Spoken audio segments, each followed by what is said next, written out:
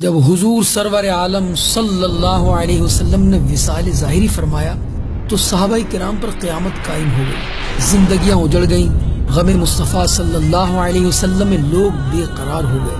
انہی میں حضرت بلال حبشی رضی اللہ تعالی عنہ بھی تھے۔ آپ مدینے کی گلیوں میں دیوانہ وار پھرتے اور لوگوں سے پوچھتے، بھائیوں تم نے کہیں رسول اللہ صلی اللہ علیہ وسلم کو دیکھا ہے؟ اگر دیکھا ہے تو مجھے بھی دیدار کرا دو، مجھے بھی میرے سرکار علی وقار کا پتہ بتا دو۔ آقا آ جائیے، آقا آ جائیے۔ مدینے کی گلیوں میں ہر جگہ محبوب کے قدموں کے نشان ہیں۔ آخر کار حضرت بلال اپنے آقا کی جدائی کی تاب نہ لا کر مدینے سے ہجرت کر کے ملک شام کے شہر حلب میں چلے گئے۔ تقریباً 1 سال کے بعد خواب میں پیارے آقا صلی اللہ علیہ وسلم کا دیدار کیا۔ سرکار علی وقار علیہ السلام فرما رہے ہیں، اے بلال تم نے ہم سے ملنا کیوں چھوڑ دیا ہے؟ کیا تمہارا دل ہم سے ملنے کو نہیں چاہتا؟ آنکھ کھل گئی، اضطراب بڑھ گیا۔ لبیک یا سیدی، اے آقا غلام حاضر ہے کہتے ہوئے اٹھے اور راتوں رات اونٹنی پر سوار ہو کر مدینہ طیبہ کی طرف چل نکلے۔ دونوں عالم کے سرکار آ جائیے۔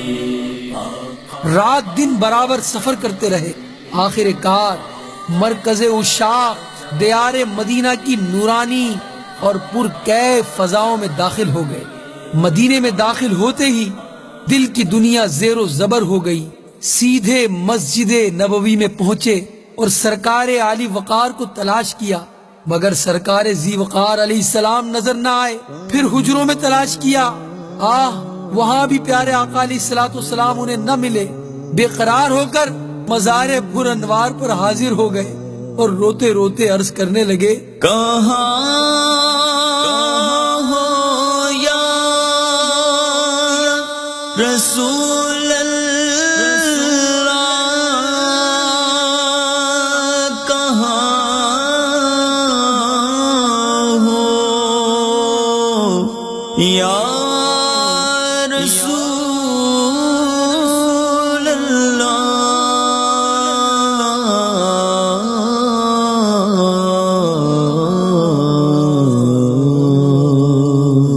یا رسول اللہ۔ حلب سے غلام کو بلایا اور خود پردے میں چھپ گئے، دیدار بھی نہ کرایا۔ روتے روتے حضرت بلال بے ہوش ہو کر قبر انور کے قریب گر گئے۔ اسی دوران حضرت بلال کی مدینہ طیبہ میں آمد کا شہرہ ہو چکا تھا۔ ہر طرف غل تھا کہ مؤذن بلال رضی اللہ تعالیٰ عنہ سرکار علی وقار کی خدمت میں حاضر ہوئے ہیں۔ جب حضرت بلال رضی اللہ تعالی عنہ کو ہوش آیا تو دیکھا کہ ہر طرف لوگوں کا ہجوم ہو گیا ہے۔ اب تو منت و سماجت شروع ہو گئی، لوگ التجائیں کر رہے ہیں، اے بلال اے بلال ایک دفعہ پھر وہی درد بھری آذان سنا دو نا جو مدنی سرکار علیہ السلام کو سناتے تھے۔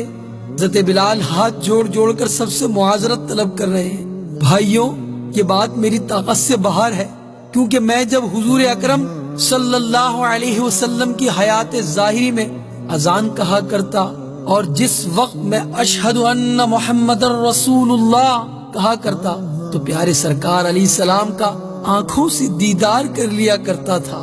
اب تو سرکار ذی وقار پردے میں چھپ گئے، اب بتاؤ کہ اذان میں اپنے آقا کا دیدار کس طرح کر پاؤں گا؟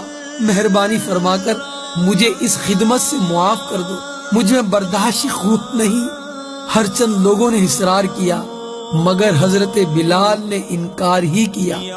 بعض حضرات صحابہ کرام نے رائے دی کہ کسی صورت سے حسنین کریمین کو بلایا جائے، اگر آقا کے شہزادے بلال سے اذان کی فرمائش کریں گے نا تو حضرت بلال ضرور مان جائیں گے، کیونکہ حضور علیہ السلام کے اہل بیت سے حضرت بلال کو بے حد محبت ہے۔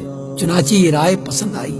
ایک صاحب جا کر حسنین کریمین یعنی حسن و حسین رضی اللہ تعالی عنہما کو بلا لائے۔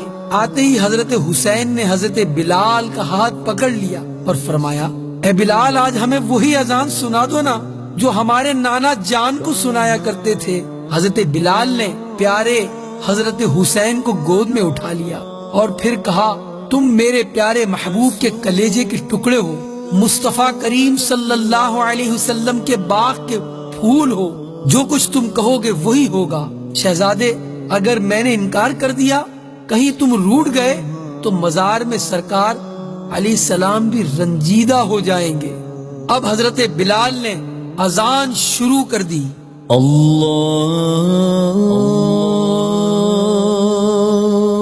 اکبر اللہ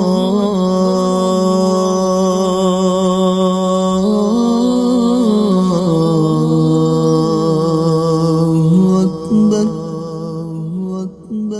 مدینے کی فضاؤں میں جب حضرت بلال کی پرسوز آواز گونجی تو اہل مدینہ کے دل ہل گئے۔ مہینوں کے بعد حضرت بلال کی آواز سن کر لوگوں کی نگاہوں کے سامنے سرکار ابد قرار صلی اللہ علیہ وسلم کی دنیاوی حیات کا سما بن گیا۔ لوگ روتے ہوئے بے تابانہ مسجد نبوی کی طرف دوڑ پڑے۔ ہر شخص بے قرار ہو کر گھر سے باہر آ گیا۔ عورتیں، بچے سبھی مضطربانہ گلیوں میں نکل آئے۔ لوگ غم مصطفیٰ علیہ السلام میں نڈھال ہو رہے تھے، ہچکیاں لے لے کر رو رہے تھے۔ جس وقت حضرت بلال نے یہ پڑھا اشہد ان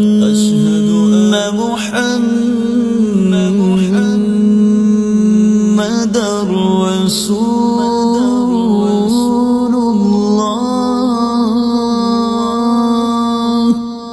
تو ہزارہ چیخیں ایک ساتھ فضا میں بلند ہوئیں، جس سے فضا دہل گئی۔ مرد، عورتیں سبھی زار و قطار رو رہے تھے۔ ننھے ننھے بچے اپنی ماؤں سے لپٹ کر پوچھ رہے تھے امی جان، امی جان، سرکار علیہ السلام کے مؤذن حضرت بلال تو آ گئے، مگر رسول اللہ علیہ السلام کب مدینے تشریف لائیں گے؟ حضرت بلال نے جب اشہد ان محمد رسول اللہ کہا تو بے ساختہ نظر منبر رسول کی طرف اٹھی۔ منبر خالی تھا۔ مصطفیٰ علیہ السلام کا دیدار حضرت بلال نہ کر پائے، ہجر رسول سے بے قرار ہو گئے اور غم مصطفیٰ کی تاب نہ لا سکے، بے ہوش ہو کر گر گئے۔ اور جب بہت دیر کے بعد ہوش آیا، اٹھے اور روتے ہوئے پھر ملک شام کی طرف روانہ ہو گئے۔